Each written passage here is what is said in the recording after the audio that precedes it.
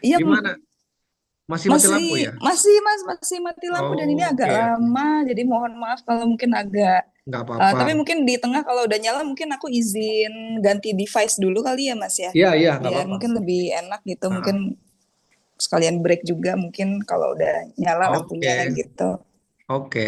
Ah, nggak Jihan terduga bisa banget sih nggak emang Jihan sih. di admit Jihan? Itu ada yang masuk tuh bisa nggak? Kamu bantuin admit, terimain. Bisa. Kamu sajikan co-host kan untuk di approve gitu yang masuk-masuk. Nanti kabari aja ya Mbak Nahla kalau udah siap ya.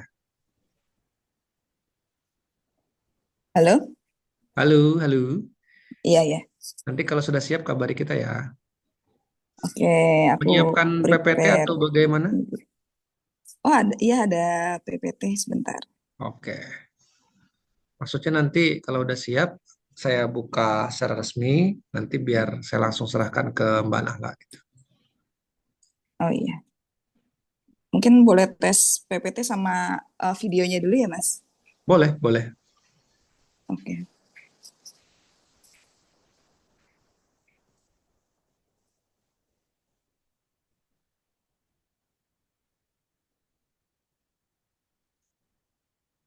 Untuk PPT-nya aman, Mas?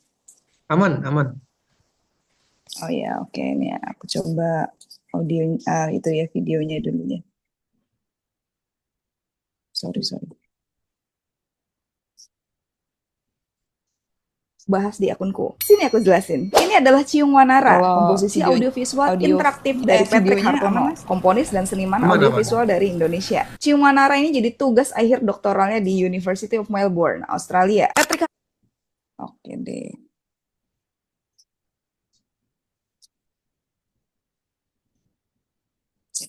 Oke. Insya Allah ready. Oke,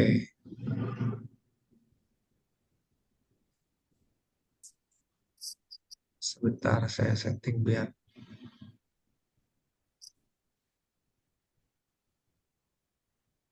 Oke, kita mulai ya, Mbak Nahla ya.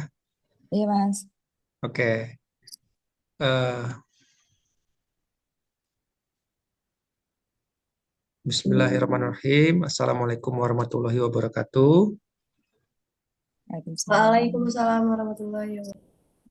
warahmatullahi Oke, wabarakatuh. selamat pagi. Selamat pagi sih. Selamat malam, eh, para mahasiswa semua. Wabil khusus di sini sudah ada tamu yang sangat spesial ya. Tadi mungkin kalau adik-adik mahasiswa mendengar percakapan saya sedikit dengan saya panggil Mbak Nahla karena masih muda ya. Beliau ini sebetulnya dosen ya.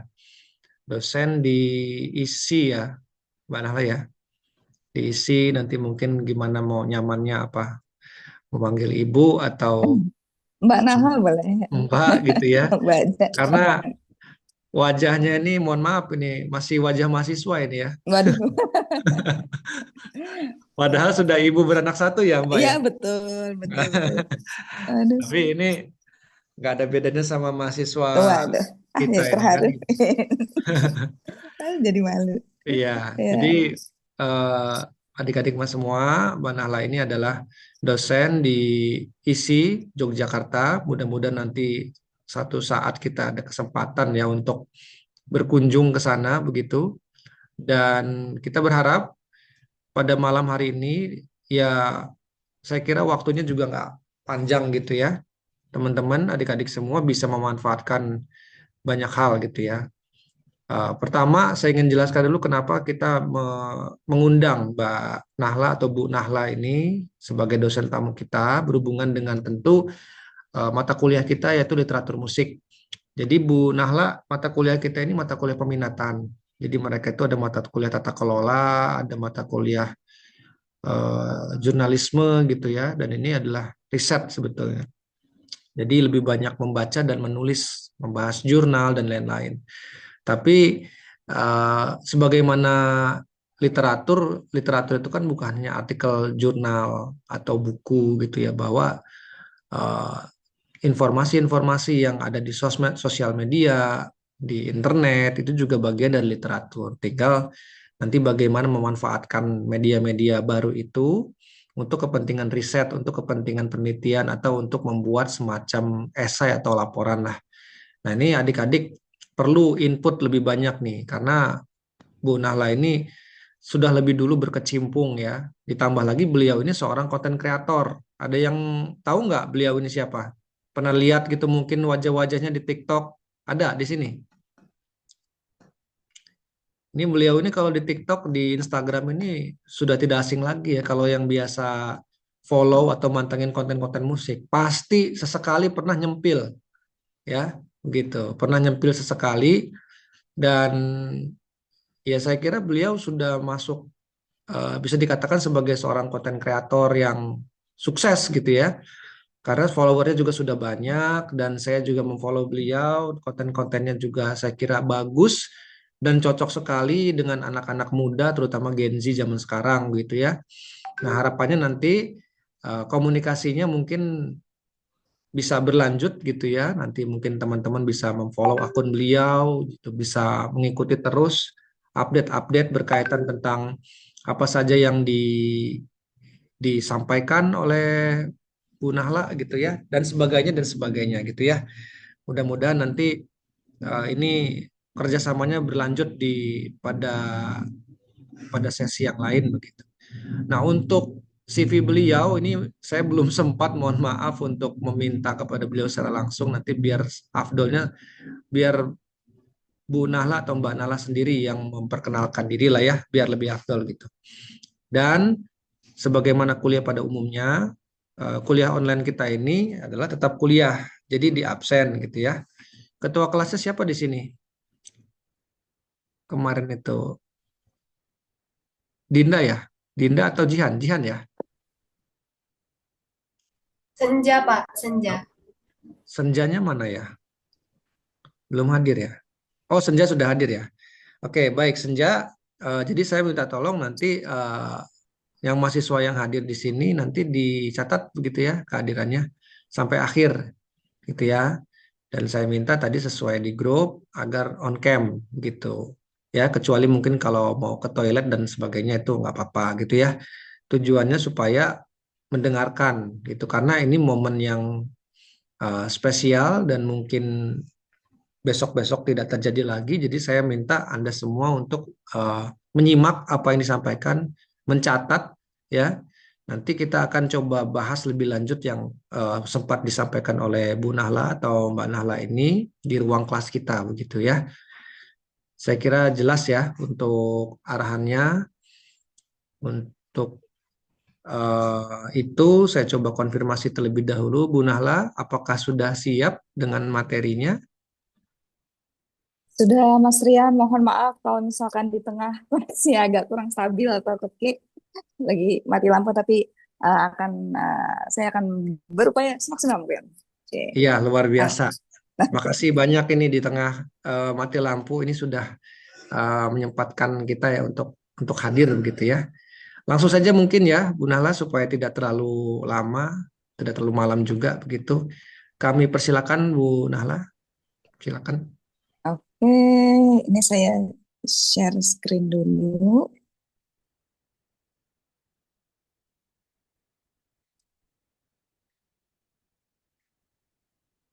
Ya, sorry.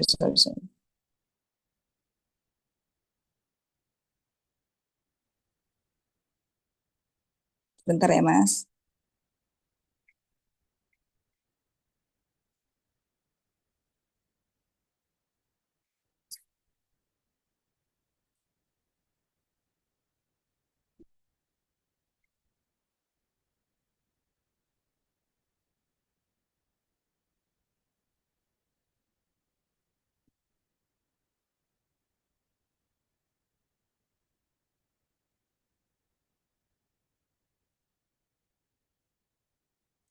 Halo semuanya, selamat malam. Nama saya Nahla. Hari ini saya akan memberikan materi, tapi sebenarnya ini lebih ke memberikan insight soal menggunakan sumber-sumber kajian literatur seperti jurnal untuk pembuatan konten.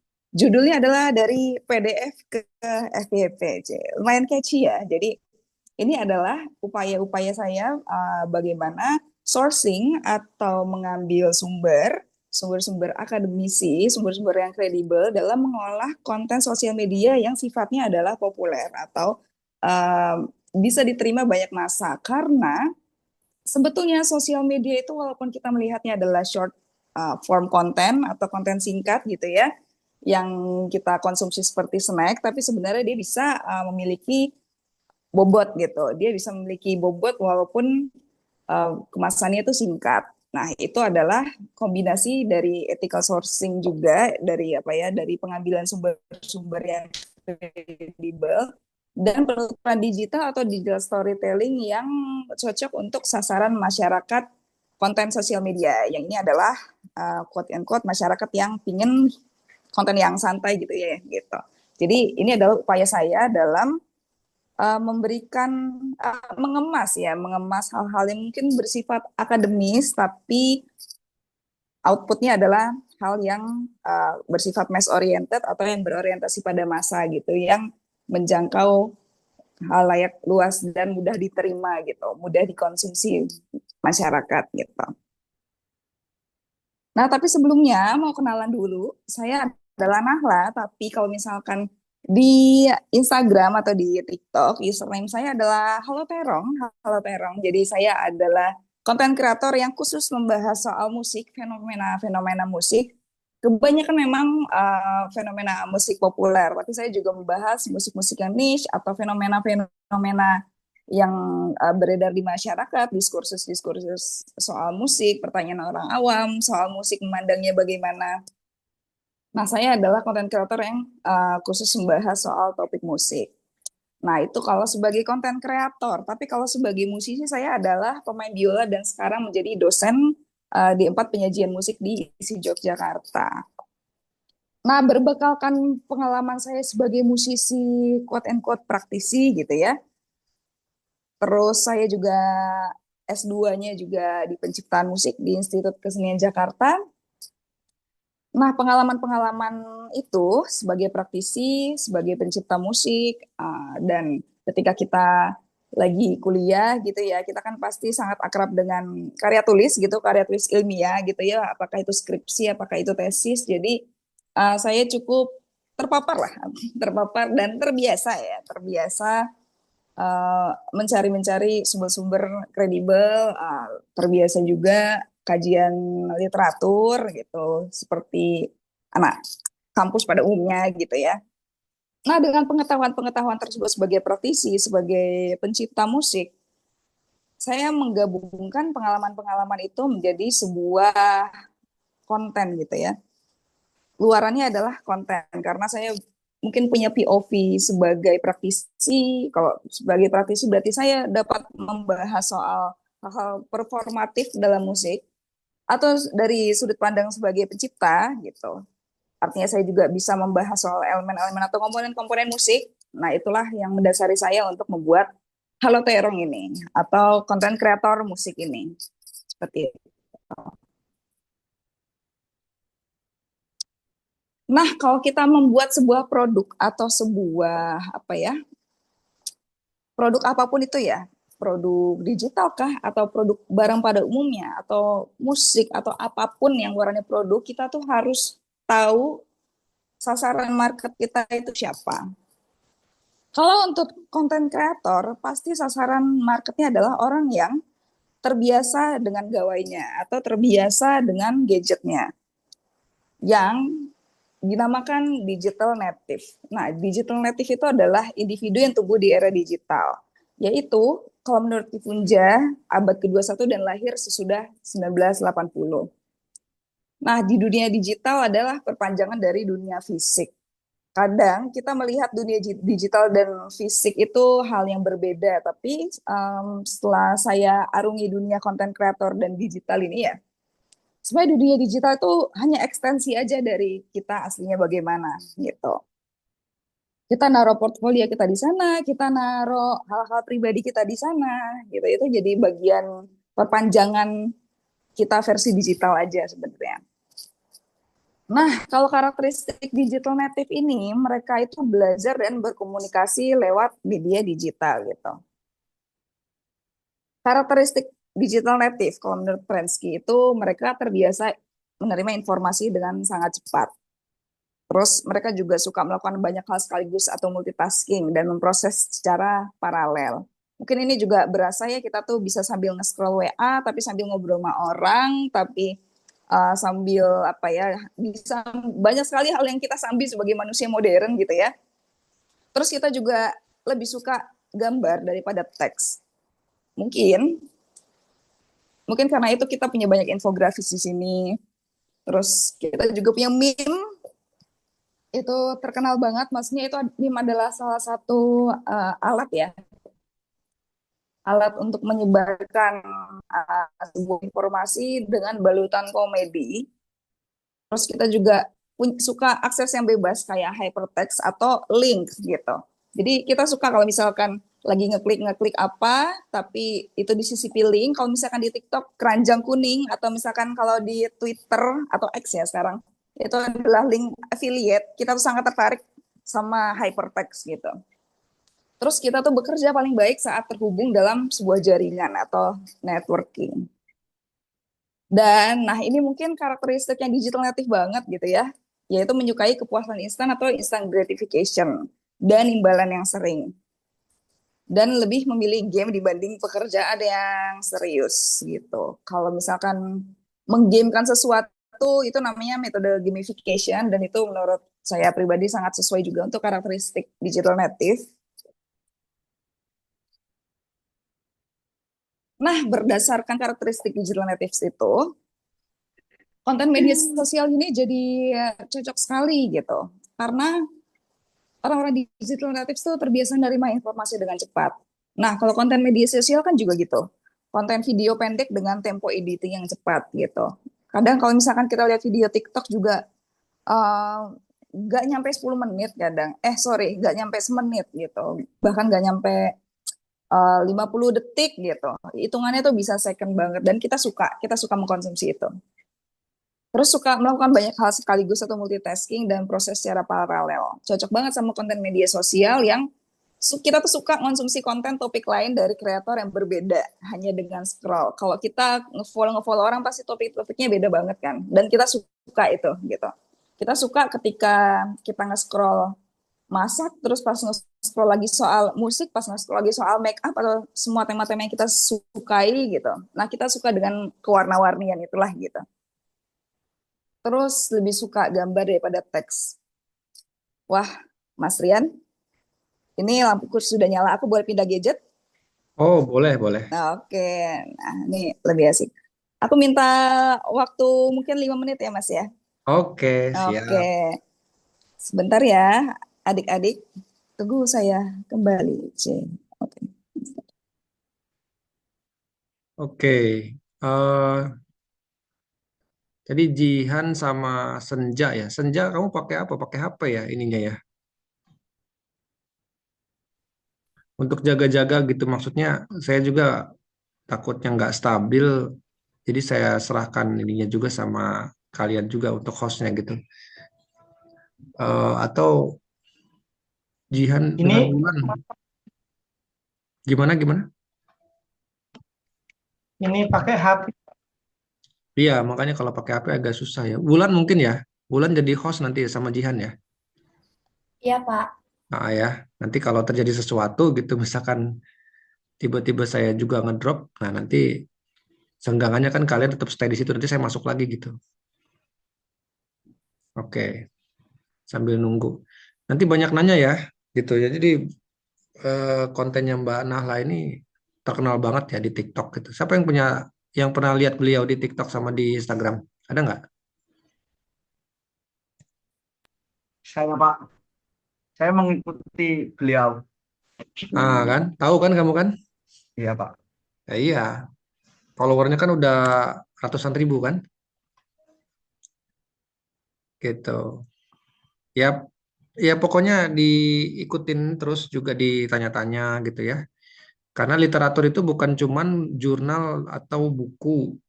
Literatur juga bisa dari internet, bisa dari media sosial. Atau bahkan literatur itu juga bukan hanya untuk kepentingan riset, tapi bisa juga untuk membuat konten seperti beliau. Tadi kan sudah disampaikan ya, siapa tahu nanti ketika kalian tuh nggak semuanya tertarik mau ngajar atau mau jadi guru gitu. Bisa jadi digital content creator atau bisa berbarengan. Guru yang juga bikin content creator kan bagus juga gitu kan. Gitu.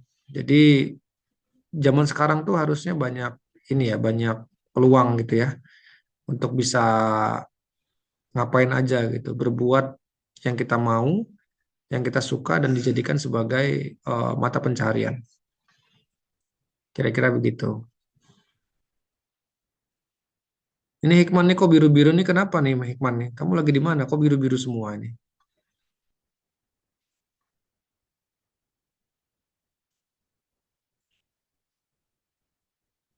Kamu lagi di apotek apa di mana ini?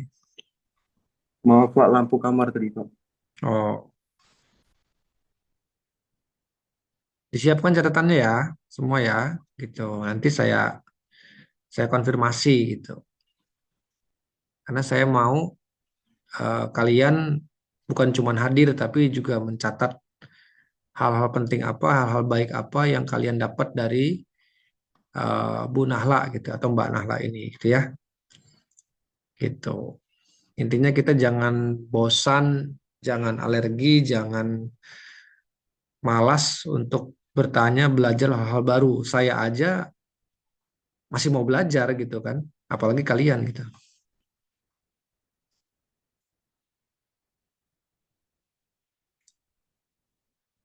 Halo Mas Rian dan adik-adik sekalian, bertemu lagi di Halo, lampu yang lebih terang, lampu yang proper. Mohon maaf interupsinya, akan saya lanjutkan kembali.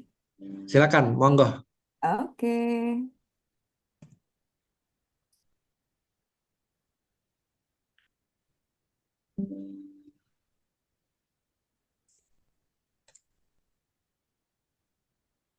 Sebentar ya.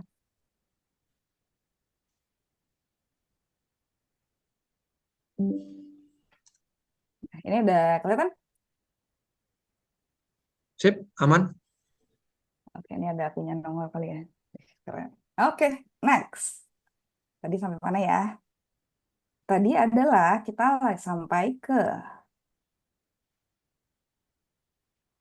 Nah, kita tadi sampai ke poin lebih suka gambar daripada teks. Makanya itu sangat sesuai sekali konten kreator, karena konten itu kan berupa video atau gambar ya, berupa visual gitu.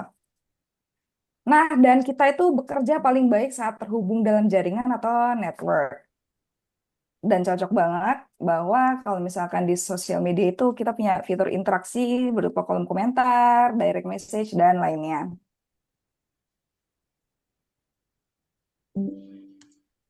Oke, biar nggak ngalangin. Terus kita juga menyukai kepuasan instan atau instant gratification dan imbalan yang sering. Nah, ini adalah digital native banget.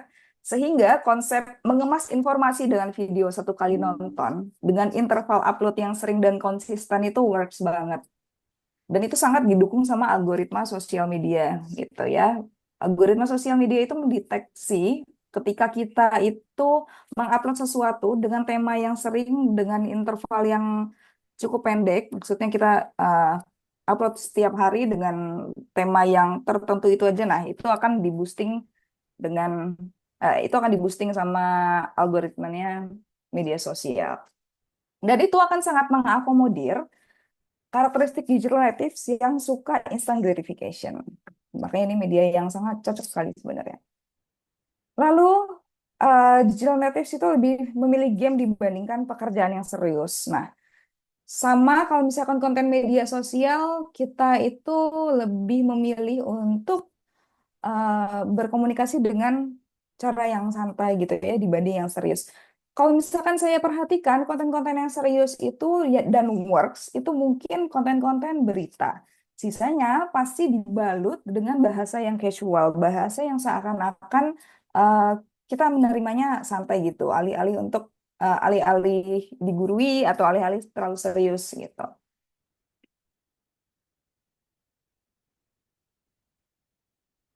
Nah, ini adalah pengamatan empiris saya dalam mengamati netizen dan konten musik sebagai konten kreator.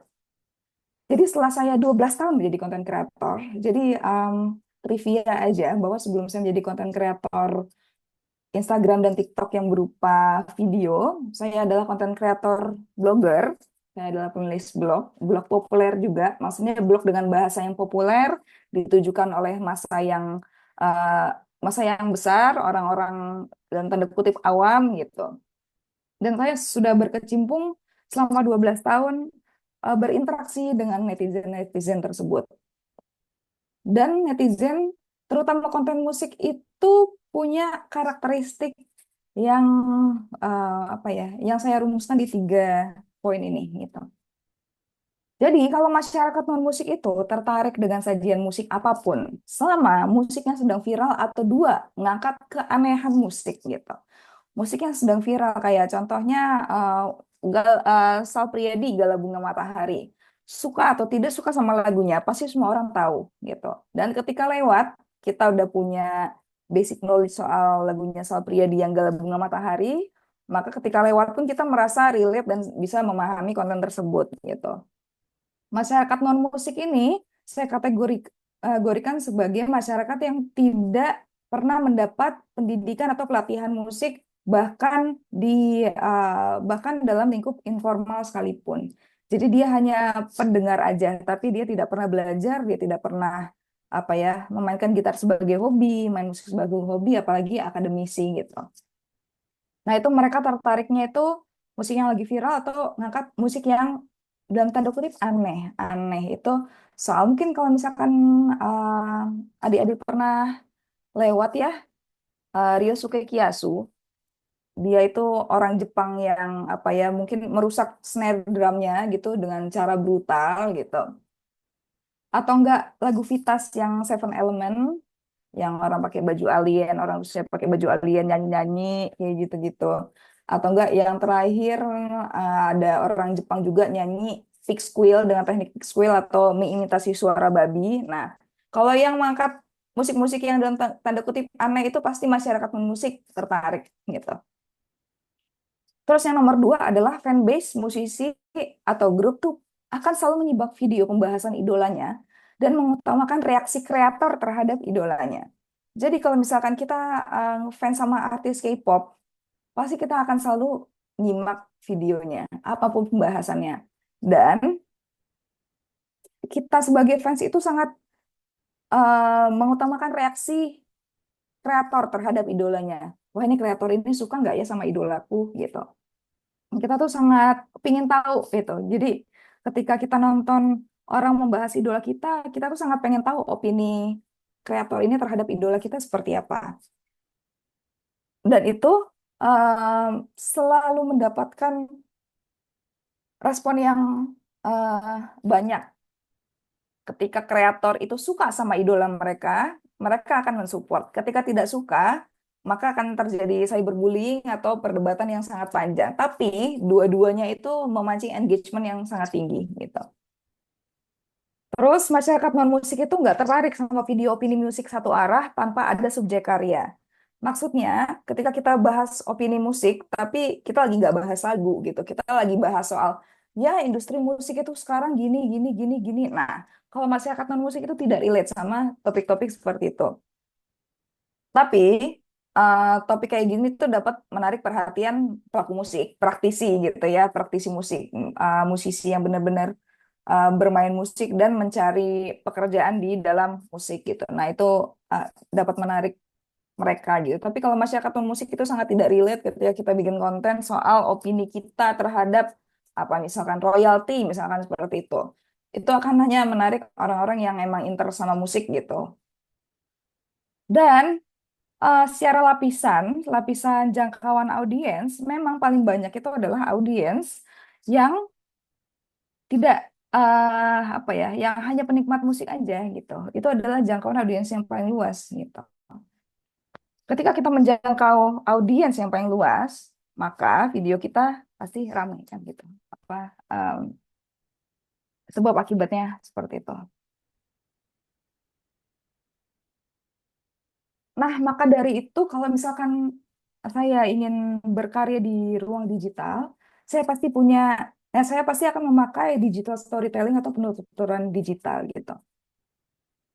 Karena menggunakan cerita untuk menjelaskan sesuatu itu akan membuat otak kita mencerna itu sebagai cerita gitu. Otak kita akan mencerna sebuah informasi itu jadi cerita, kita jadi ikut ngebayangin kayak gitu. Nah, itulah soal storytelling. Soal digital storytelling, menurut Sage, ini ada 7 elemen gitu ya. Yaitu adalah sudut pandang dan perspektif penutur atau dalam hal ini adalah konten kreatornya. Terus menjawab pertanyaan dengan penuturan. Jadi ketika kita menjawab pertanyaan, kita nggak hanya pertanyaannya A, kita jawab B, enggak. Tapi kita harus membuat sebuah penceritaan ketika kita menjawab sebuah pertanyaan gitu. Karena kita tuh harus menghidupkan cerita dengan aspek emosional gitu. Kita harus, intonasi bicara kita tuh harus persuasif. Intonasi bicara kita tuh harus seakan-akan ini tuh topik yang menarik sekali gitu. Dan itulah cara penuturan digital atau digital storytelling yang baik itu adalah yang bisa menghidupkan cerita dengan aspek emosional. Dan personalisasi konten dengan ciri khas individu. Mencari ciri khas ini emang sulit, tapi ketika sudah dapat orang akan uh, langsung mengenalin itu konten kita gitu. Lalu kekuatan suara atau bunyi yang dipakai untuk menguatkan penuturan gitu. Makanya orang-orang kalau misalkan bikin konten itu ada sound effect-nya kayak sound effect whoosh misalkan. Terus kalau misalkan kameranya ganti ada lagi sound effect-nya. Terus kita mainan transisi. Nah, itu sangat menguatkan penuturan atau storytelling. Lalu penggunaan informasi secukupnya itu yang tidak membebani audiens. Ini penting sekali sebenarnya. Nah, poin nomor 6 itu pentingnya apa? Pentingnya adalah, oke kita mau informatif. Tapi gimana agar audiens yang menerima itu merasa informasi ini itu tidak membebani mereka gitu. Itu tidak berat untuk mereka cerna. Nah, ini adalah porsi yang kita harus trial dan error. Ketika kita informasinya terlalu sedikit, mereka nggak merasa itu bervalue. Ketika kita informasinya terlalu padat, mereka bisa, wah, aku nggak ngerti, gitu. Ketika audiens sudah merasa tidak mengerti, artinya mereka tuh sudah disosiasi atas dunia yang ingin kita buat melalui digital storytelling.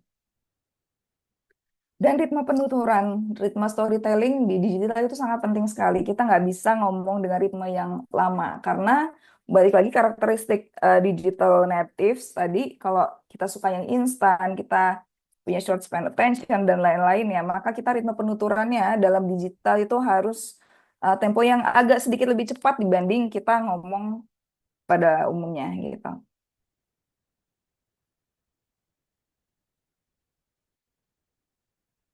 Nah, sebenarnya ini menjadi hal yang menarik sekali sebenarnya objektif digital storytelling buat saya pribadi sebagai konten kreator musik itu apa sih? Nah, pengetahuan musik yang bersifat teoritis tuh kan hanya dapat diakses di ruang kelas akademi musik ya. Kita soal teori musik, kita soal bagan lagu, kita soal sejarah musik barat misalkan, soal barok, soal renaissance, soal klasik yang sebenarnya kalau kita tinjau ulang itu banyak fakta-fakta menarik, tapi kan itu hanya bisa diakses di ruang kelas akademi musik gitu. Digital storytelling dengan media sosial itu bisa melewati batas-batas dinding kelas dalam menyebarkan pengetahuan soal musik. Sehingga pengetahuan musik itu bisa lebih inklusif. Masyarakat pun juga dapat memahami karya musik lebih mendalam. Nah, dan yang terakhir adalah hal yang tidak saya expect sebenarnya. Komponis dan musisi itu bisa mendapatkan apresiasi lebih dalam oleh masyarakat dan mendapat jangkauan lebih luas. Begini, ketika orang memuji karya kita, atau orang memuji permainan kita akan merasa terapresiasi tuh. Tapi ketika orang itu membahas karya kita, menjadikannya satu konten 1 menit dengan berusaha spesifik yang kita bisa, berusaha detail, lalu kita menyebarkannya ke followers kita, ke audiens kita, itu level apresiasinya itu bisa jauh jauh berbeda gitu. Kita nggak hanya bicara soal apresiasi komponis dan musisi, tapi kita juga bisa networking di situ. Karena komponis dan musisi bisa mendapatkan apresiasi yang lebih dalam karena kita atau apa ya konten kreator itu membahas karya-karya mereka itu lebih dalam dibandingkan hanya sekedar misalkan memuji gitu.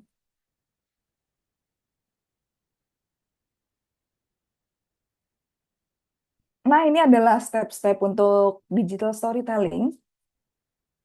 Yang pertama ya kita pasti butuh hardware, ya, smartphone, video kamera, terus punya audio recorder, laptop, mikrofon. Kalau misalkan alat yang saya pakai sendiri adalah pakai handphone, sebenarnya pakai smartphone saya, yaitu iPhone.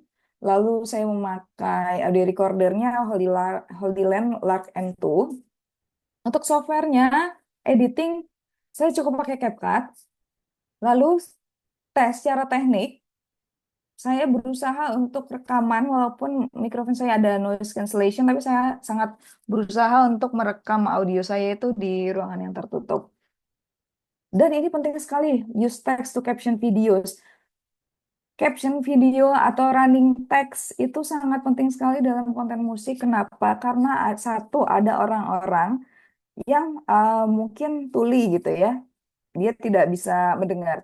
Tapi yang kedua, ada orang-orang yang suka mengkonsumsi konten tapi audionya nggak dinyalain.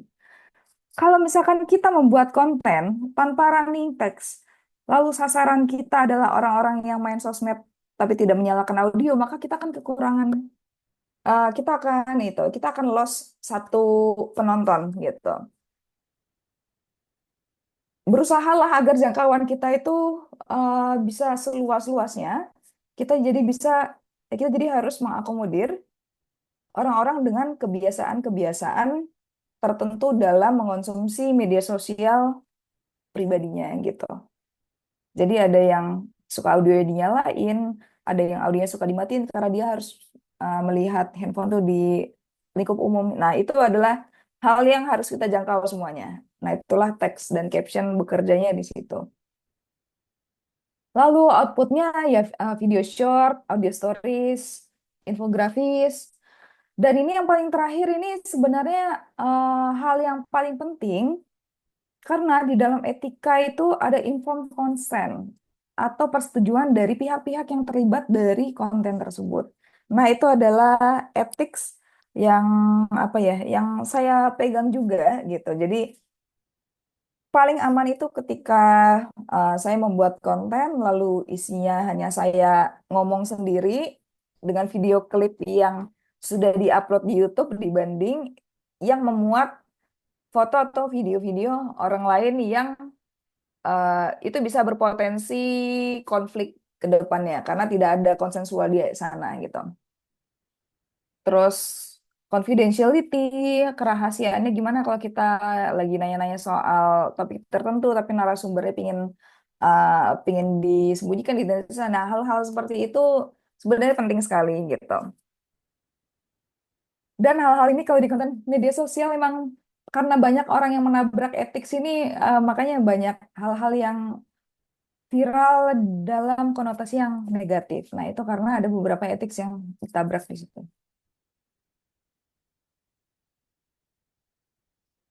Nah, lalu positioning itu jadi penting sekali untuk membentuk identitas yang menjadi dasar dalam pembentukan narasi, persona, dan interaksi.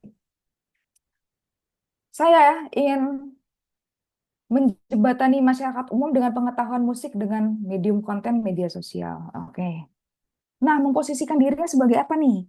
Saya bisa memposisikan diri sebagai guru, saya bisa sebagai dosen yang sangat serius.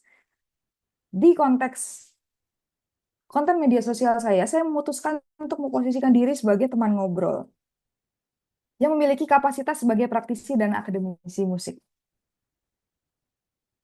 Lalu akhirnya menjawab diskursus musik yang beredar di ruang media sosial. Positioning ini menjadi penting karena balik lagi, kalau saya memposisikan diri sebagai guru, saya bisa jadi kehilangan audiens yang tidak suka digurui atau tidak suka mendengar konten-konten berat di masa senggangnya, gitu. Kalau saya memposisikan diri sebagai teman ngobrol, itu akan cocok sekali dengan kepribadian orang yang pengen nge-scroll konten untuk for fun aja gitu. Balik lagi dalam memutuskan personal branding kita seperti apa, tema yang mau kita angkat seperti apa, gaya bertutur kita seperti apa, visualnya seperti apa, prioritasnya adalah menjangkau audiens yang besar gitu. Dan posisi teman ngobrol ini adalah posisi yang aman dan berhasil untuk saya gitu.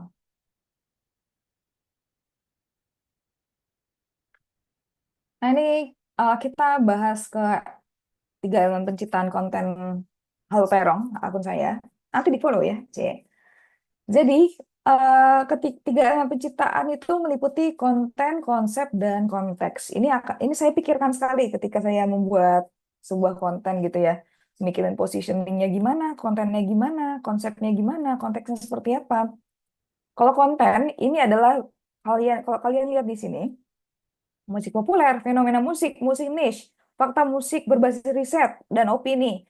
Itu adalah berdasarkan skala prioritas. Sehingga prioritas saya itu adalah di musik populer.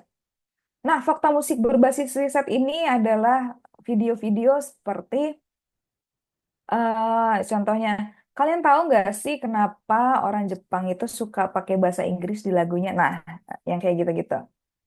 Kalau musik populer itu membahas musik yang sudah rame, yang sudah common ground, yang sudah viral, itu prioritas saya. Karena baik lagi itu bisa menjangkau audiens yang lebar gitu. Untuk konsep short form video, saya strict di bawah 1 menit 30 detik. Lebih dari itu, orang akan bosan gitu. Itu adalah sweet spotnya di mana saya bisa cukup informatif dan nggak lama-lama banget gitu. Terus video penjelasannya tuh plus multimedia. Jadi nggak hanya talking head. Talking head itu adalah suatu konsep di mana kita berbicara di depan kamera secara tunggal gitu. Monolog itu talking head. Saya tidak pingin semuanya pure talking head. Dia tuh harus campuran videonya. Harus ada video klipnya, harus ada gambarnya, harus switch tiap beberapa detik sekali gitu. Terus konteksnya itu adalah video media sosial Instagram dan TikTok. Mass oriented itu udah sebuah keharusan atau berorientasi pada masa. Terus target market saya itu adalah pendengar musik awam, bukan akademisi, karena itu adalah layer paling besar, layer paling luar, dan jangkauan yang paling luas. Gitu. Untuk konten, berdasarkan prioritas, musik populer adalah musik dengan massa yang banyak. Contohnya pop Indonesia, pop mancanegara, atau K-pop. Lalu fenomena musik berangkat dari diskursus putar musik yang beredar di media sosial. Contohnya, ketika ada artis K-pop yang dituduh menggunakan autotune di mikrofonnya, gitu.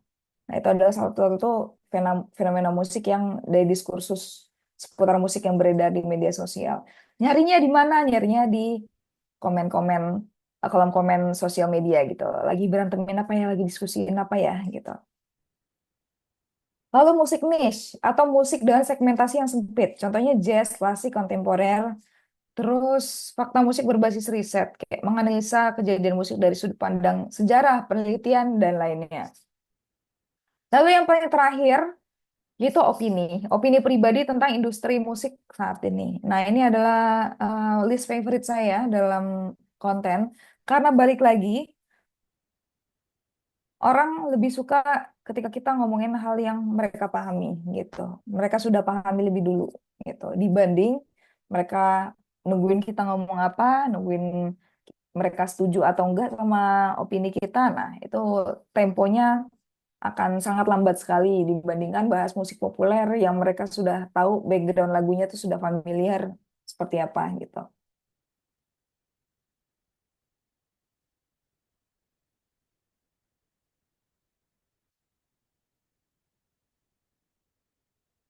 Nah, untuk konsep, balik lagi, maksimal 1 menit 30 detik, dan mengangkat satu informasi untuk di-highlight. Nggak memiliki banyak poin pembahasan. Itu adalah hal yang harus dijaga betul karena baik lagi soal konsep-konsep digital storytelling bahwa audiens itu tidak suka terbebani dengan informasi yang terlalu banyak. Jadi kita ngangkat satu informasi aja untuk di-highlight gitu. Lalu video penjelasannya monolog atau talking head, tapi menggunakan multimedia.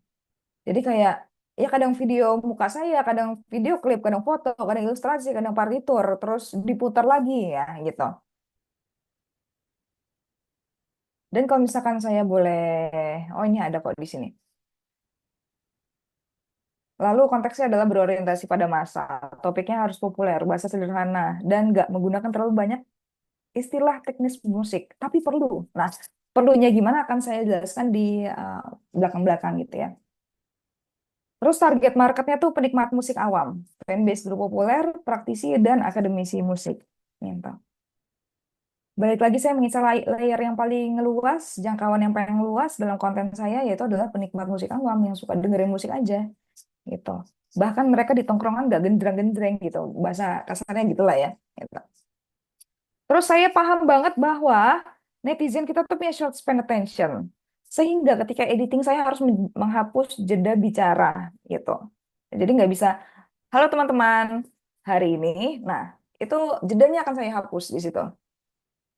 Dan rules saya adalah mengganti tampilan visual setiap 3-5 detik. Balik lagi, saya harus menjaga agar atensi netizen itu selalu fokus gitu. Jadi ketika udah 3 detik di gambar yang sama, saya ganti. 3 detik lagi, ganti lagi. 3 detik lagi, ganti lagi gitu. Itu adalah cara saya menjaga retention rate atau menjaga seberapa lama mereka itu akan melihat video saya gitu. Dan platformnya di IG dan TikTok. Sehingga saya harus menggunakan 3 second hook biar pengguna berhenti scroll dan menyimak konten. 3 second hook adalah golden rules. Kalau kamu tidak bisa menggait perhatian orang dalam 3 detik pertama, maka sudah dipastikan konten kamu akan gagal atau tidak akan make it ke FYP gitu. Jadi kamu harus bisa menggait perhatian orang dari 3 detik pertama. Nah, terus kajian literaturnya di mana dong?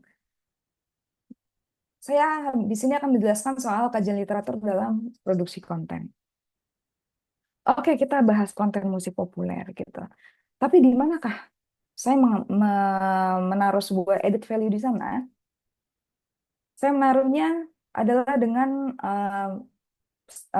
studi literatur juga. Saya baca-baca jurnal juga. Di video saya Niken Salindri, citasinya ada 5, walaupun videonya itu hanya 1 menit 30 detik gitu. Karena saya merasa saya harus apa ya meningkatkan rasa percaya konsumen konten terhadap konten kreator gitu. Orang yang nonton konten saya akan merasa wah oke ya ini pengetahuannya saya bisa percaya ya sama konten kreator ini gitu. Saya bisa percaya sama Mbak Halo Terong ini gitu. Dan itu adalah sebagai bentuk akuntabilitas saya, bentuk tanggung jawab saya sebagai musisi. Sebelum saya menjadi konten kreator ya saya musisi gitu. Dan sekarang apalagi saya menjadi dosen gitu ya. Walaupun saya nggak yang mengekspos banget persona dosen gitu ya, tapi saya punya kewajiban untuk uh, bertanggung jawab atas segala informasi yang saya berikan. Yes, yes.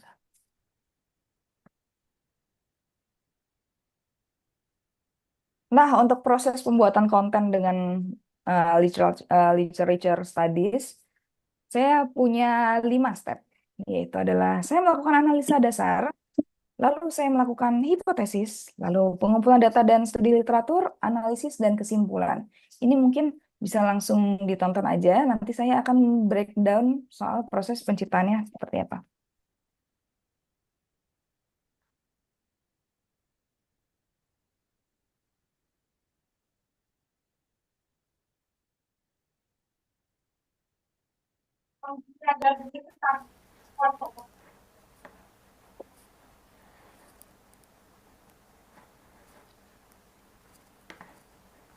Sorry. Oh ya, udah deh. Oke. Jirayut kan orang Thailand, kok bisa bagus banget cekok dangdutnya? Sini aku jelasin. Jirayut adalah kontestan di Akademi Asia Season 4. Dia adalah kontestan dari Thailand. Awalnya tuh aku bingung, kok bisa ya dia bisa cengkok seluas itu. Nah, itu karena basic vokalnya di Thailand adalah luktung. Luktung adalah musik rakyat rural atau pedesaan di Thailand. Musik ini ada dan berkembang setelah Perang Dunia Kedua di bagian timur laut Thailand. Inilah persamaan luktung dan dangdut. Luktung itu punya 3 ciri, dan ini tuh mirip banget sama dangdut menurutku. Yang pertama, tema pedesaan. Jadi lagunya itu tema-tema kehidupan di desa, seperti soal ekonomi, terus kangen pasangan yang lagi merantau, kangen kampung halaman. Mirip banget kan sama tema lagunya Haji Roma Irama seperti Ani yang berkisah soal laki-laki yang merantau dan kangen pasangan di kampung halaman. Yang kedua, penyanyinya dari daerah pedesaan. Karena ini kan soal desa ya. Yang ketiga dan yang paling bikin mirip sama dangdut adalah mereka juga punya teknik cengkoknya sendiri, yaitu awan dan lukor. Awan itu melodi cengkoknya, lukor itu jenis vibratonya yang berat, sama banget kayak dangdut.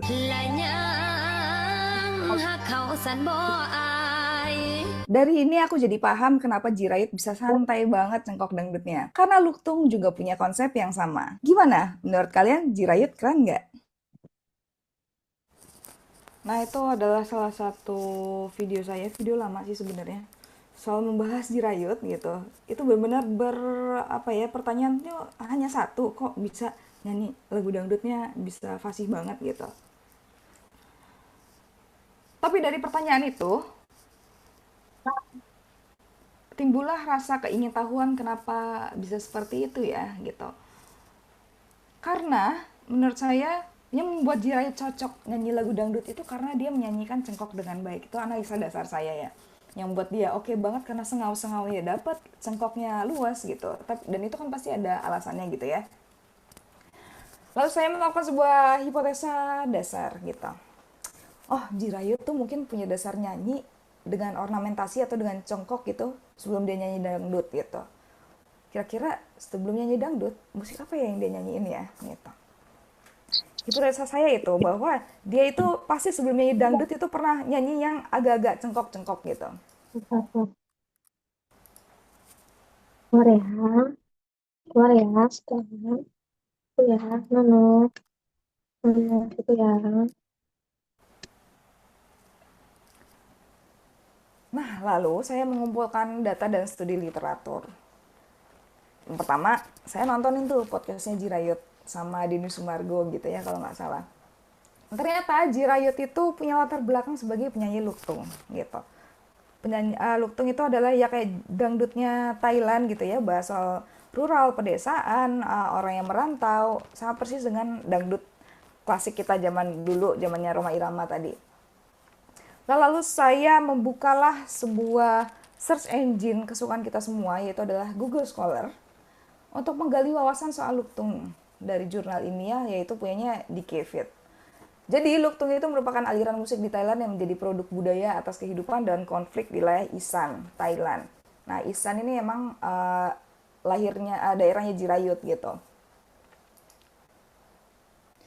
Sehingga berdasarkan studi literatur tadi punya Dikevit, luktung itu membahas soal kegelisahan kaum miskin di pedesaan, dinyanyikan oleh lokal dan penggunaan cengkok, awan, dan lukor. Oh, ini yang akhirnya tuh hipotesa saya terbukti bahwa sebelum dia nyanyi dangdut dia emang menyanyi genre yang mirip gitu, dengan gaya bernyanyi yang mirip gitu, yaitu adalah luktung dengan penggunaan cengkok dan vibrato yang namanya awan dan lukor gitu. Sehingga saya menemukan fakta bahwa karakter ini tuh mirip banget sama dangdut. Dia berasal dari kampung, ya berbicara soal kesulitan ekonomi dan menggunakan cengkok. Nah, itu kan dangdut banget gitu. Sehingga saya memiliki kesimpulan, Jirayut itu sukses menyanyikan dangdut karena memiliki dasar menyanyi luktung. Di mana prinsip musikal, tema yang diangkat, asal muasal kebudayaannya identik dengan musik dangdut. Nah, ini adalah jurnal-jurnal yang saya pakai dalam membahas Jirayut di bawah 2 menit gitu. Ini saya mencarinya di Google Scholar karena Google Scholar adalah salah satu search engine yang dirancang khusus untuk menemukan literatur ilmiah dan akademik seperti artikel, jurnal, tesis maupun buku gitu. Saya juga membacanya tuh punya Megan Dikevit. Nah, dia itu menelurkan banyak sekali jurnal soal Thailand sebetulnya, tapi soal musik Thailand, Luktung itu ada di dua papernya yang ini. Yang satu adalah soal youth identity dan regional music di northeastern Thailand. Yang satunya lagi adalah rural to urban transition in representation of identity through Luktung gitu. Jadi saya berupaya sekali bagaimana ketika melihat fenomena musik populer yang mungkin menurut saya hal yang quote and quote receh gitu ya, quote and quote sangat sepele. Tapi ketika didalami ternyata itu memiliki apa ya, kajian yang sangat panjang gitu.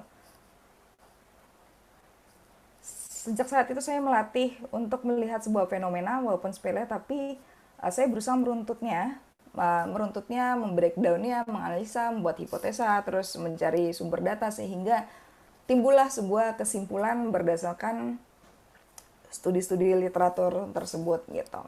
Nah, dan ini tuh insight yang menarik sekali untuk orang-orang gitu. Bagaimana kita itu bisa membreakdown hal yang menurut mereka itu sepele, tapi ada sisi akademisnya di situ.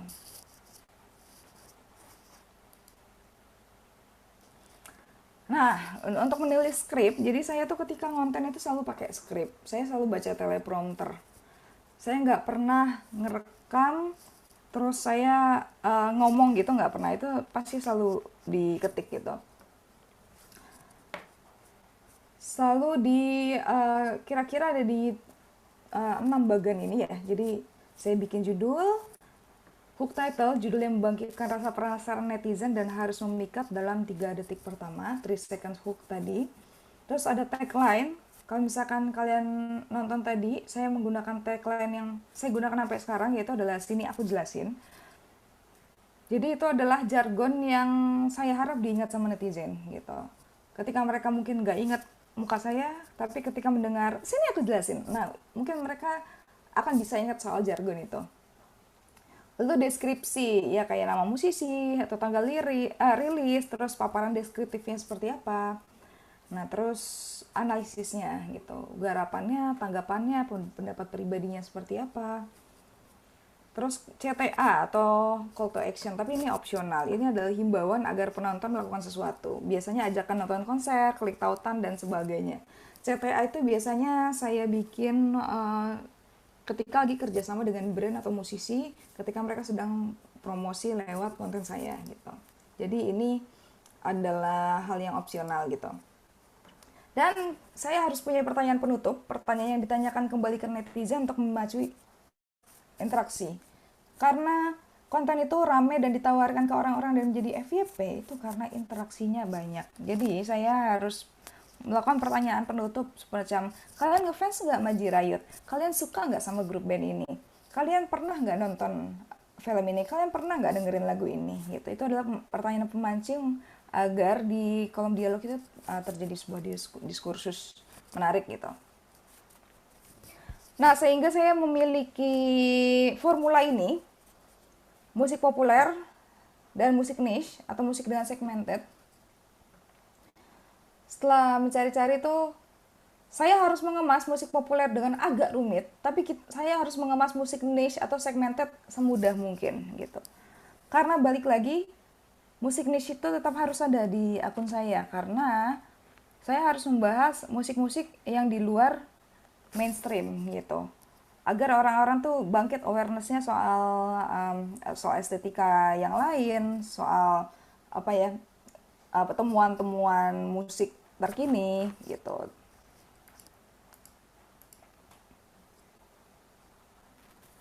Nah, kalau musik populer itu musik yang punya jangkauan luas dalam masyarakat. Hipotesa saya, sebagian besar masyarakat itu pasti sudah familiar dengan lagunya.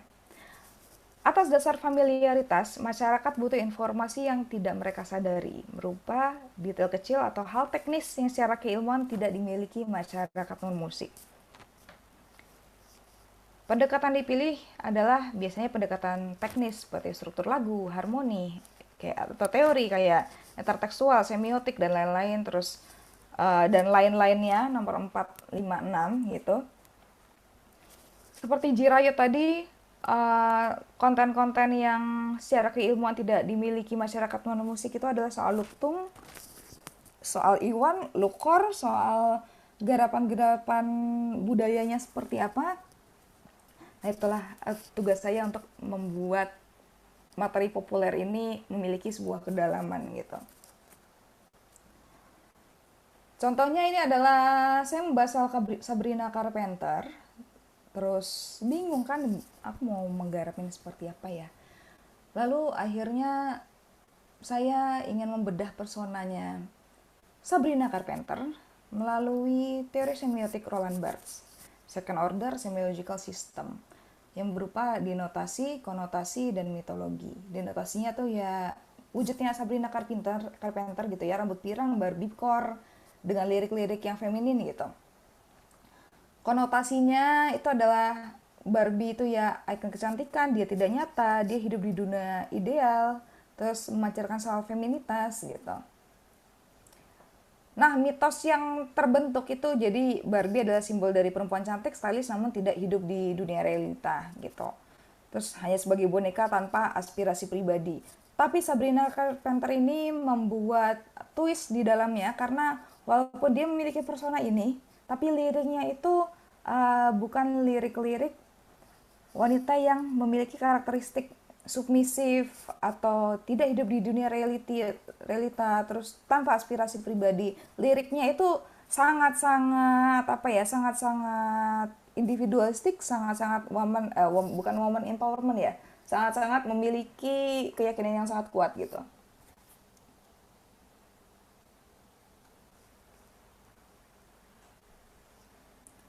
Nah, ini adalah contohnya, contoh videonya.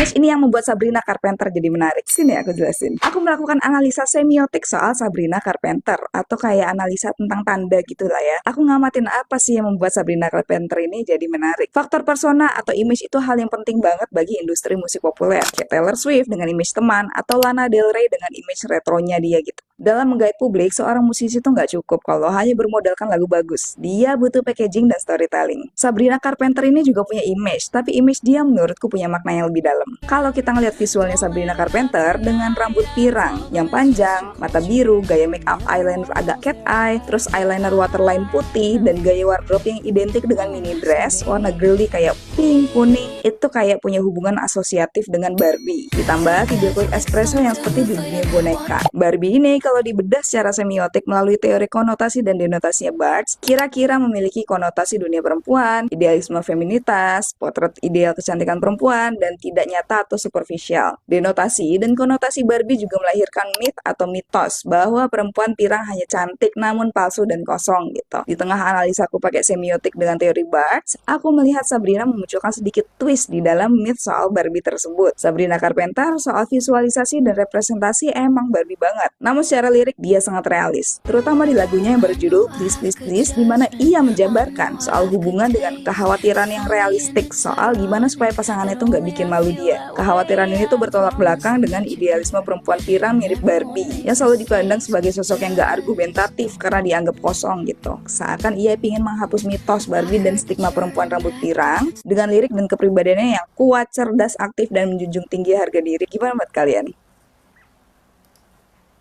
Itu adalah salah satu garapan Sabrina Carpenter pakai Roland Barthes. Sebenarnya pada waktu itu kayak saya bertanya-tanya pada diri sendiri kayak kenapa ya aku harus pakai metode ini ya, tapi ternyata seru juga gitu. Nah, ini penggunaan teori semiotika Roland Barthes di sini. Soal signifier, terus first ordernya denotasi, second order connotation, terus dia menghasilkan mitos gitu. Ini sudah banyak sekali dipakai teori ini, instrumen ini untuk membedah seperti logo, seperti video klip. Nah, saya mencoba membedah Sabrina Carpenter pakai model ini gitu. Nah, kalau musik niche itu punya segmentasi sendiri, kayak klasik, jazz, eksperimental. Hipotesa dasarnya, masyarakat umum tuh nggak mendengar, bahkan mengetahui lagu tersebut. Jadi aku harus mencari common ground. Nah, pendekatan common ground yang dipilih itu adalah bentuk pertanyaan awam sebagai hook title. Terus persepsi umum yang terkandung dari karya tersebut, kayak fungsi instrumen dasar dan eksperimen apa yang musik tersebut lakukan. Terus menekankan sugesti bahwa karya ini mudah dipahami. Gitu. Dan pembahasan teknis itu dimulai di tengah sampai akhir video. Contohnya adalah video saya membahas karyanya Patrick Hartono yang berjudul Ciung Wanara. Patrick Hartono adalah seniman, ada musisi ya, musisi elektronik. Ini adalah disertasinya dia soal sabetan ayam gitu ya, tapi di treat seperti wayang, lalu dia mengolahnya dengan visualisasi bla bla bla bla bla bla, dan itu sangat kompleks menurut saya gitu. Tapi kan saya ingin bahas ini ya, apa yang saya lakukan. Yang saya lakukan itu, saya kalau misalkan kalian melihat yang di bold itu, saya selalu menekankan hal-hal kayak, oh iya loh, canggih banget kan. Terus saya menekankan huruf-huruf kalimat-kalimat seperti, wah ini tuh sederhana loh, ungkapan-ungkapan seakan itu mudah sekali gitu. Caranya gimana ya? Sederhananya gini gitu. Terus paling sederhana, saya sangat mengulang-ulang kata sederhana di skrip ini karena saya tahu ini adalah karya yang kompleks. Tapi saya tahu bahwa orang-orang tuh harus tahu kalau di Indonesia itu kita punya doktor musik dari Australia yang menggarap soal musik elektronik bernama Patrick Hartono dengan Max MSP dan metode-metodenya gitu. Dan karya ini mengantar Patrick Hartono jadi dokter musik. Sekarang jadi dosen computational arts di Goldsmith gitu. Terus ini call to action nih, penasaran kan? Saksikan live Instagramku bersama Patrick Hartono gitu. Papernya dari mana? Papernya itu dari Patrick Hartono-nya sendiri gitu. Jadi naskahnya tuh berdasarkan disertasi beliau dan dikirimkan langsung oleh sang komponis. Intinya apa? Intinya kita tuh dapat proaktif gitu dalam mencari literatur. Kalau misalkan kita nggak menemukan karya orang tersebut di Google Scholar, maka mending kita email aja minta langsung, dan biasanya orang-orang ngasih gitu. Maksudnya kita harus proaktifnya tuh sampai ke level hubungan interpersonal gitu ya, nge-reach langsung gitu.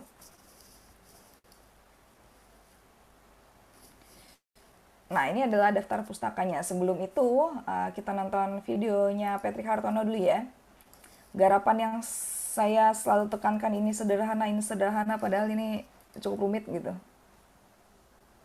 Karya ini karya yang paling berat yang pernah aku bahas di akunku. Sini aku jelasin. Ini adalah Ciung Wanara, komposisi audiovisual interaktif dari Patrick Hartono, komponis dan seniman audiovisual dari Indonesia. Ciung Wanara ini jadi tugas akhir doktoralnya di University of Melbourne, Australia. Patrick Hartono adalah jagoan di bidang sound 3D, analog atau digital synthesis, psikoakustik, dan lainnya. Ayo lo, canggih banget kan? Ide Ciung Wanara itu sederhana, soal sabung ayam antara ayam yang baik dan ayam yang jahat. Tapi ia mengolah bunyi dari gestur tangan sebagai dasar dari komposisi audiovisualnya. Jadi, Patrick Hartono berperan sebagai dalang dengan gestur tangan pewayangan seperti sabetan untuk menggerakkan ayamnya. Lalu bunyi yang keluar itu berdasarkan gerakan tangannya. Bunyi yang dihasilkan itu campuran dari elemen musik tradisional dan elektronik. Elemen musik tradisionalnya ada sampling dari kendang, suara dalang, suling. Musik elektroniknya itu ada suara dari glitch dan lainnya. Suara yang dihasilkan juga 3D gitu, ngikutin konsep videonya yang seakan-akan tuh ada di panggung gitu kan. Caranya gimana sih? Ia membuat model 3D ayam itu di software Blender. Terus, ia menggunakan software Touch Designer untuk mendeteksi hand gesture-nya. Nah, semuanya itu diolah di software Max MSP untuk membuat sistem audiovisualnya. Jadi kalau tangannya gini, maka suara yang dihasilkan harus begini, gerakan ayamnya harus begini. Aku pikir ini bagian yang paling ribet. Patrick Hartono menjadi dalang elektronik dalam wayang ayam Ciung Wanara. Karya ini yang mengantar Patrick Hartono menjadi dokter musik dan sekarang jadi dosen computational arts di Goldsmith, University of London. Penasaran kan? Saksikan live Instagramku bersama Patrick Hartono tanggal 22 Juni 2024. Gimana menurut kalian?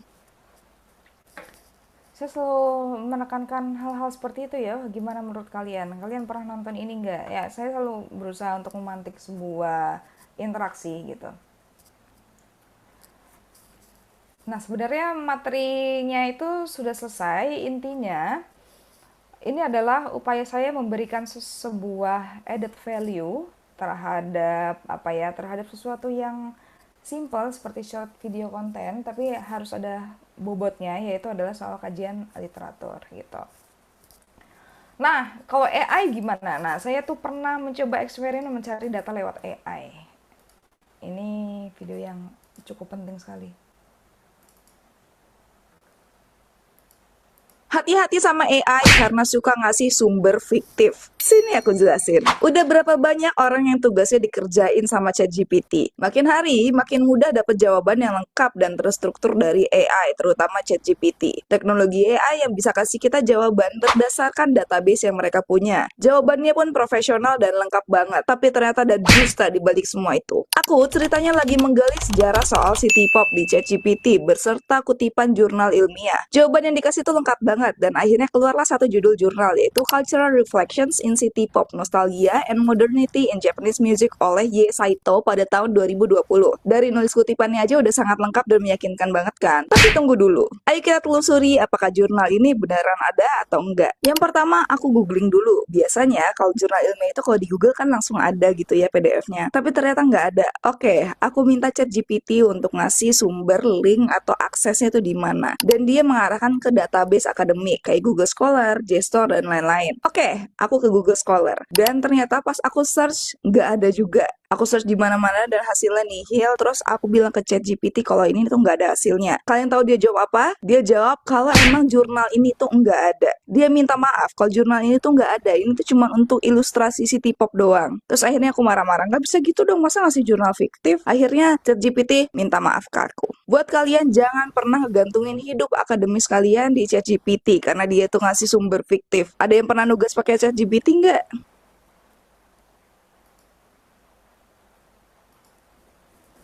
Nah, sekian dari saya. Terima kasih banyak. Kalau misalkan ada pertanyaan atau diskusi, silakan eh, ditanyakan.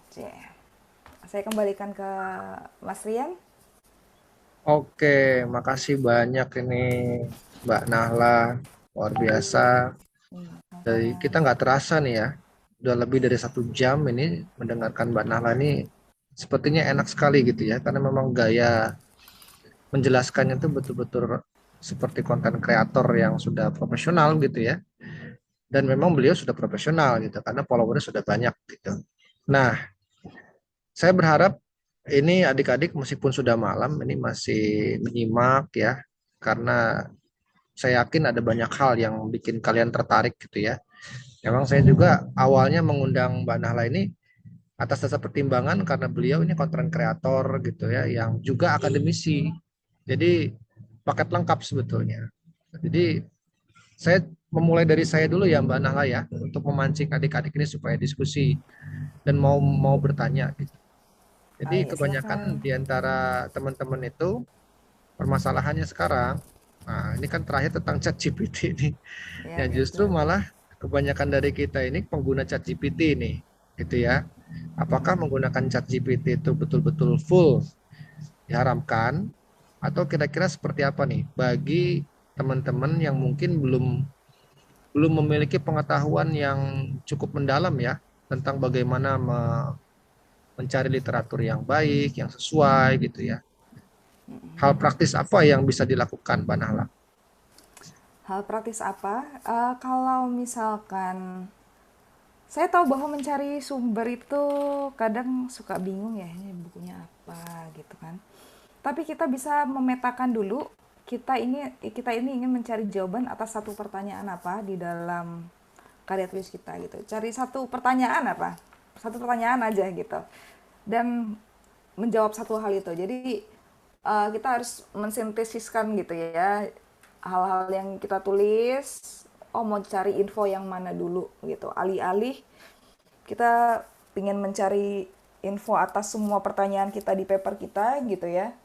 Nah, itu akan lost di sana. Tapi kalau misalkan kita nyari berdasarkan satu pertanyaan terus kita cari di jurnal, nah itu akan lebih mudah. Kayak gitu. Nah, sebenarnya untuk ChatGPT sendiri, ChatGPT adalah tools yang oke dalam menerjemahkan. Kualitas terjemahannya, misalkan dari bahasa yang asing yang kita nggak tahu ya, itu tuh lebih kontekstual dibanding Google Translate gitu. Tapi sebatas itu aja gitu, sebatas itu aja. Soal menerjemahkan aja dari bahasa-bahasa yang enggak apa ya, yang mungkin asing buat kita gitu. Nah, ChatGPT itu kualitas menerjemahkannya dibandingkan Google Translate sedikit lebih baik gitu. Tapi hanya sebatas itu aja. Balik lagi bagaimana cara mencari sumber. Kalau saya kan anaknya Google Scholar banget ya, Mas Rian, gitu. Tapi saya selalu mapping atas satu pertanyaan dan satu jawaban itu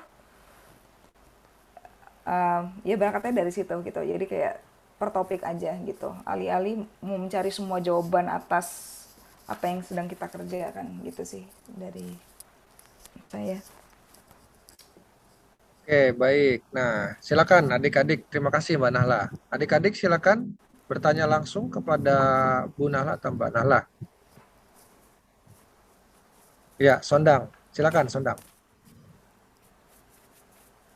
Baik, selamat Oke. malam Pak Aryan dan Mbak Nala. Terima kasih atas kesempatannya. Di sini saya ada sedikit pertanyaan. Jadi kan sepertinya saya tertarik untuk apa ya, menjadi konten kreator.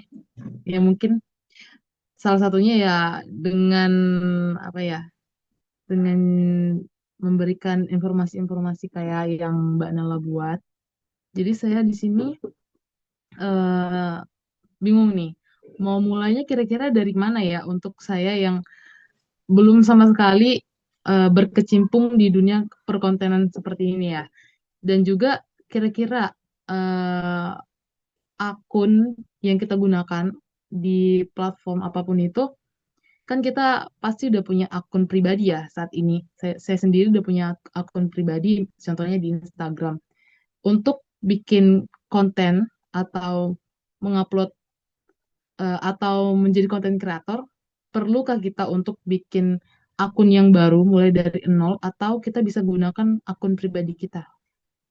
Seperti itu. Itu aja sih sejauh ini Mbak Nala. Terima kasih. Terima kasih pertanyaannya. Wah, semangat kalau mau jadi konten kreator. Aku berarti manggilnya Kak ya, Kak Sondang aja ya. Jadi begini, ketika kita saya sering sekali memberikan quote and quote nasihat kepada kawan-kawan saya ingin jadi konten kreator gitu ya. Bahwa menjadi konten kreator itu adalah menyuplai apa yang audiens mau, alih-alih memberikan apa yang menurut kita menarik gitu. Itu adalah kita harus selalu di point of view orang-orang tuh pengen nonton apa gitu.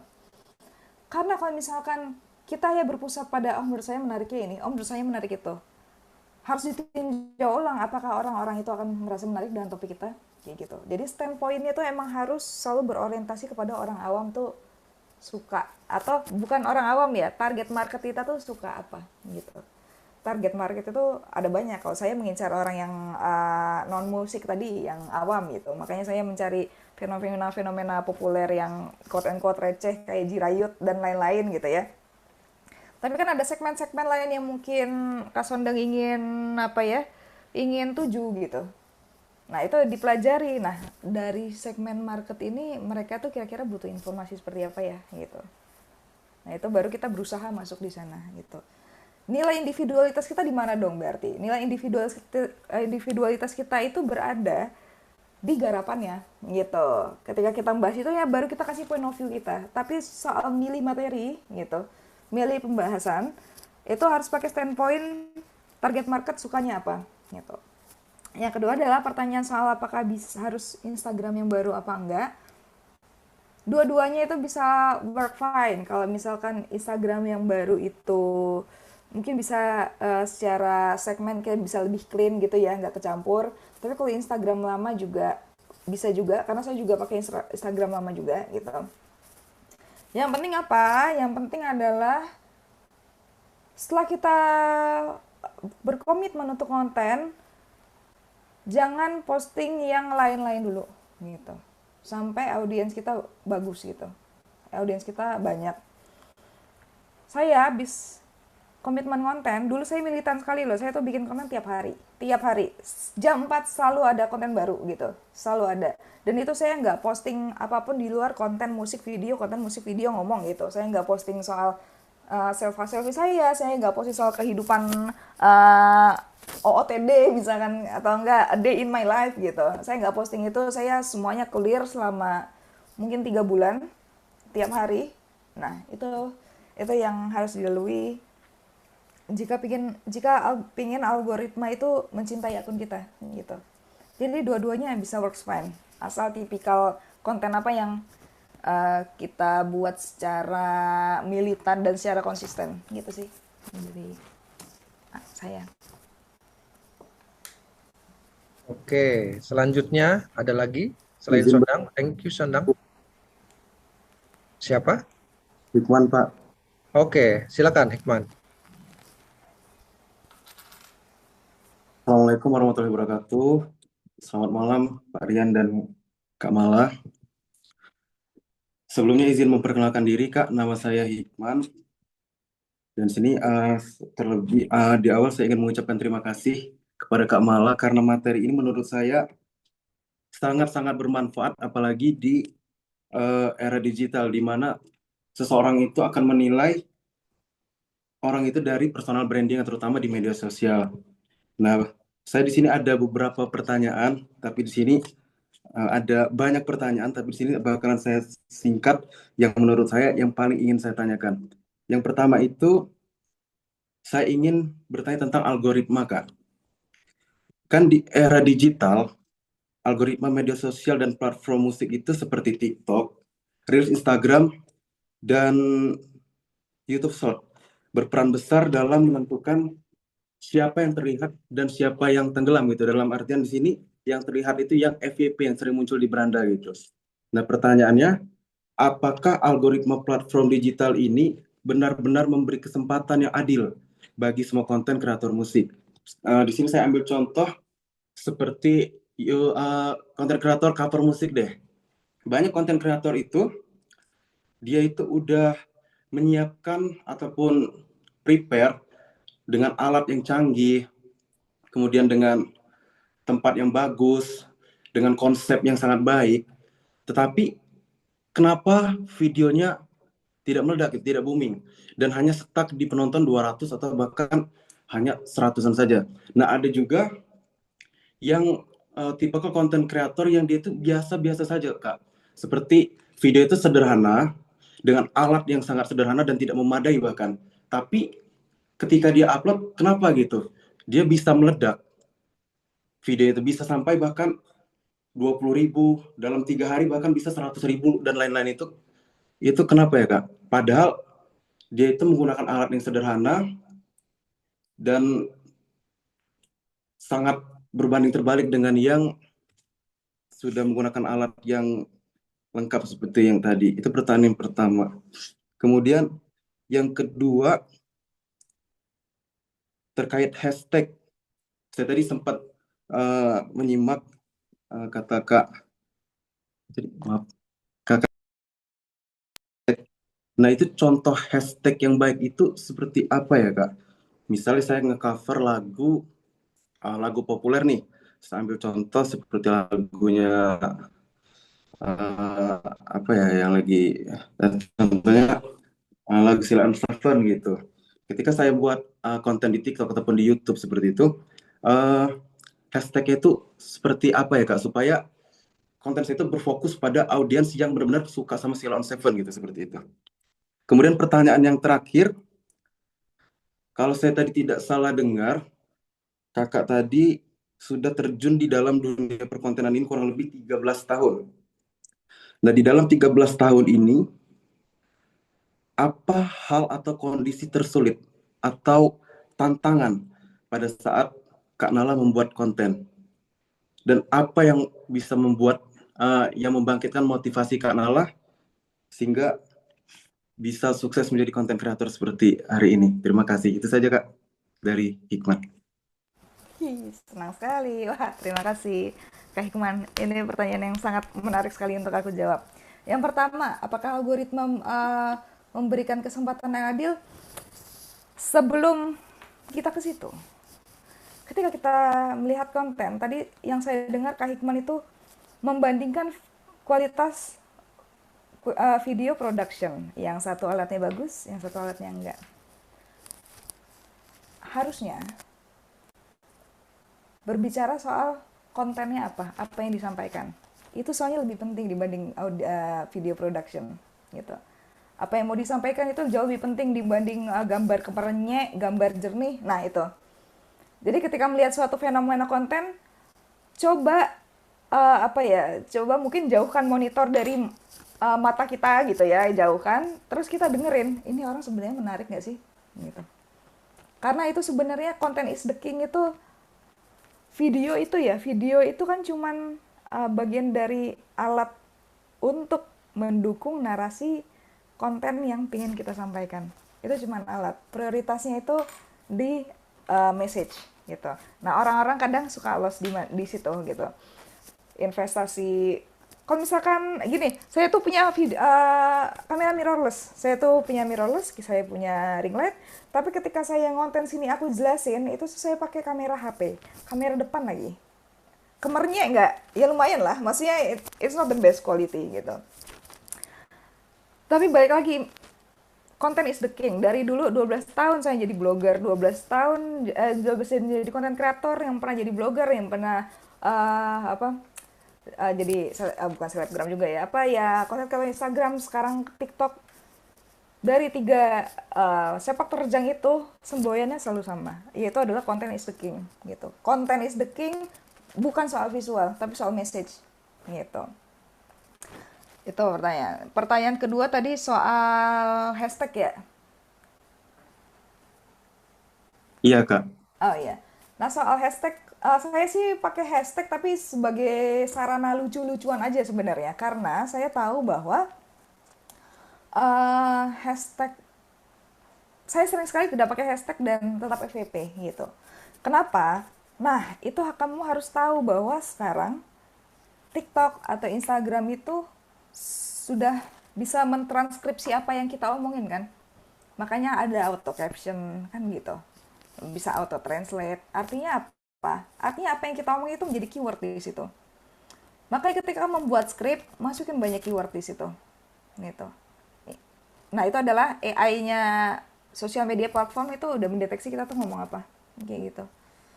Jadi, oke, pakai hashtag aja biar lucu-lucuan aja ya, biar ya kayak kayak makan tanpa merica lah ya, kalau ngupload tanpa hashtag gitu. Tapi ya balik lagi, kita tuh keywordnya apa. Nah, makanya musisi cover itu sangat struggle-nya tuh saya sangat paham sekali. Saya dulu musisi cover juga, gitu. Struggle-nya paham, bagaimana mencari massa yang mau mendengarkan permainan kita itu saya paham sekali. Saran saya coba interaksi sama akun-akunnya Sheila on Seven, akun-akun fanbase-nya atau orang yang ngefans atau mungkin personilnya. Interaksi kamu terhadap band itu ditingkatkan, gitu. Nanti Instagram akan membaca, oh kamu tuh Sheila geng ya, gitu. Oh kamu tuh bikin konten Sheila on Seven, ya udah aku kasih kontenmu ke um, teman-teman Sheila geng yang lain deh, gitu. Jadi interaksi harus dibangun, kamu harus nge-like-nge-likein tuh postingan Sheila on Seven, kamu harus komen api-api menyala kakak keren banget gitu. Lakukan itu secara militan. Nah, Instagram akan mendeteksi itu sebagai kamu jadi seorang Sheila geng gitu.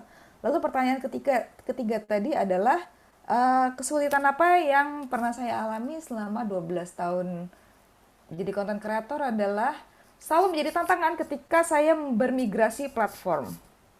Berarti saya udah pindah 3 kali nih. Saya ngeblok udah, terus saya pindah ke IG, habis itu saya pindah ke TikTok. Nah itu formulanya beda-beda semua. Walaupun semboyan content is the king itu jadi prioritas, tapi gayanya tuh beda. Kalau misalkan di Instagram atau di blog, orang-orang yang menonton saya itu punya keterikatan apa ya, persona sama saya gitu. Kita tuh bisa punya koneksi yang cukup walaupun mungkin digital tapi cukup organik gitu. Saya bisa DM-DM-an, saya bisa interaksi. Tapi kalau di TikTok itu orang nggak peduli sama interaksi, orang peduli sama kontennya apa. Jadi bisa ya, konten TikTok saya tuh yang 1-2 juta, sebelahnya tuh cuman 400 tuh bisa kayak gitu. Maksudnya bisa sekontras itu. Karena orang TikTok nggak punya koneksi apa-apa, nggak punya keterikatan dan ketertarikan apa-apa terhadap saya secara personal. Orang IG sama blog beda. Apapun yang kanal upload, aku tonton dulu. Masalah suka atau enggak, aku udah suka sama nih orang. Gitu. Kalau TikTok nggak bisa gitu. Gitu. Nah itu adalah tantangannya pindah platform. Gitu.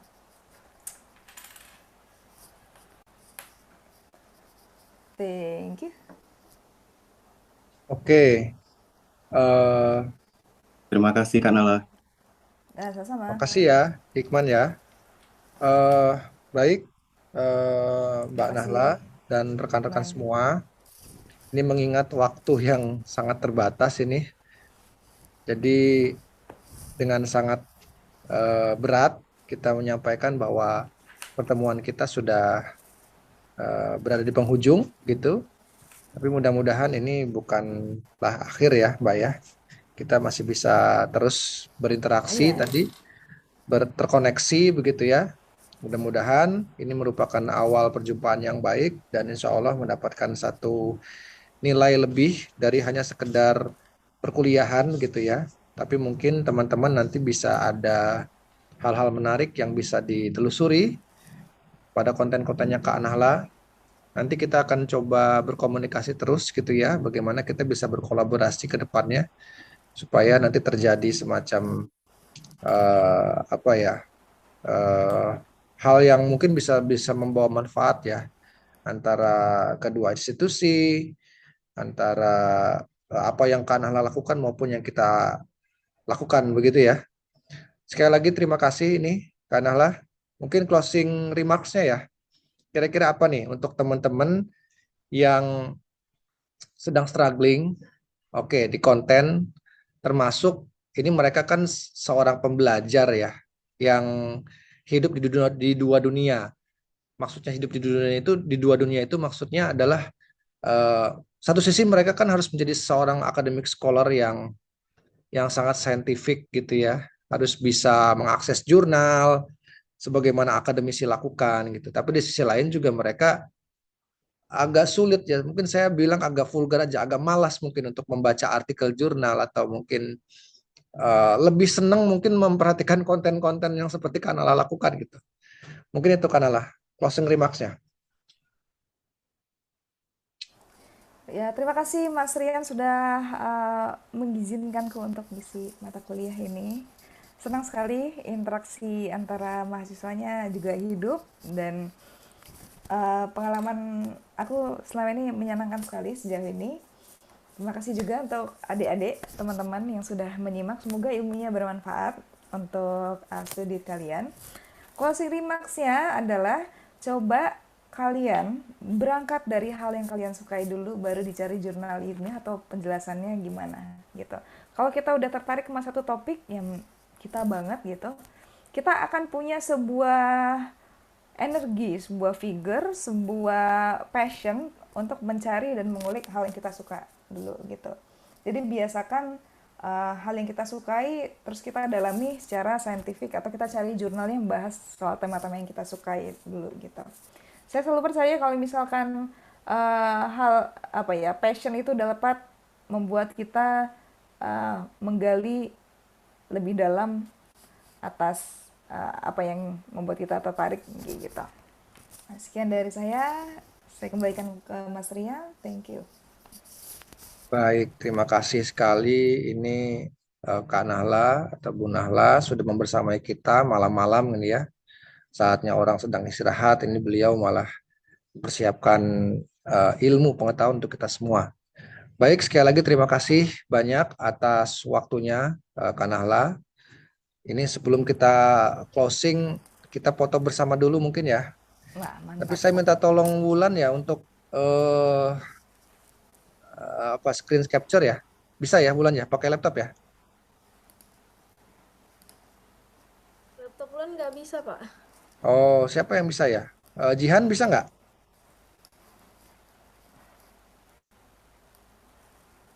Jihan bisa bantu? Halo? Sebentar, Pak.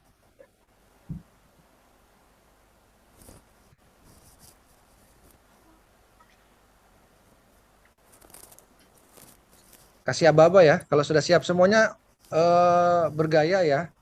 Mukanya kelihatan dong semua. Jangan cuman keningnya aja ya. Full face kelihatan ya. Gitu. Oke. Siap Jihan? Oh, nggak bisa, Pak. Waduh, gimana masih nggak bisa? Ya udah deh. Maaf, Pak. Punya saya Ah, bisa, Pak. siapa? Dinda, Pak. Oh ya udah. Ya udah coba-coba. Yuk, Oke, langsung Pak. ya. Silakan. Satu, dua, tiga. Satu, Ayo. dua, tiga. Pak, sudah Pak. Oke. Makasih ya, Kak Nahla. Selamat malam. Selamat istirahat, adik-adik semua. Selamat istirahat, Mas Rian, Assalamualaikum adik-adik warahmatullahi semua. wabarakatuh. Waalaikumsalam. Waalaikumsalam warahmatullahi wabarakatuh. Assalamualaikum warahmatullahi wabaterima Makasih wabarakatuh, Kakak. Pak. Terima kasih karena Terima kasih Pak ya. Mbak.